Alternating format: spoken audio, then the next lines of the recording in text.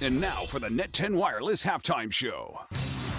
And we return to downtown Salt Lake City in the Energy Solutions Arena for the Net 10 Wireless Halftime Show. And welcome back after an exciting first half, everybody. I'm James Bates. At this point each week, we take a little bit deeper look into some of the rules in the unique world of arena football. And, of course, we've covered the nets. We've covered the high motion, a couple things those of you new to arena football notice right away. Another thing you notice, wait a minute, it looks a little bit like a hockey rink. And, yes, the same dimensions, but there's padding on those walls, and those walls play a huge part in this game, Anthony. They come in as a huge factor in every single game. The walls in the Arena Football League add some control to the chaos that you see out on the field each play. But let's take a look at what are the rules that factor into the walls, especially as ball carriers approach them.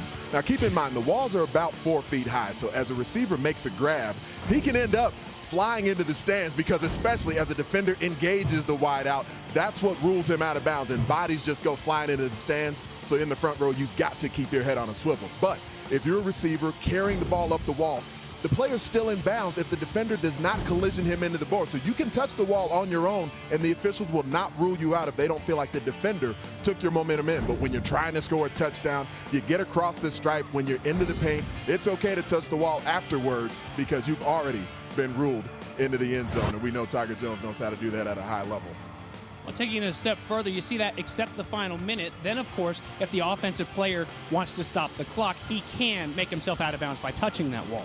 And certainly the leaping grabs over the wall, they're going to be ruled a catch no matter what, as long as the process of the catch has been completed. We see those plays take place week in and week out. Balls off the wall are live on all scrimmage plays, but on special teams plays, if the ball goes off the wall, that is when the ball ends up being ruled dead, JB. And the padding on the walls, third generation. Started as 2 inches, no lip, then 4 inches, no lip, now 4 inches with a 4-inch lip just to protect those players, and boy, do they need it.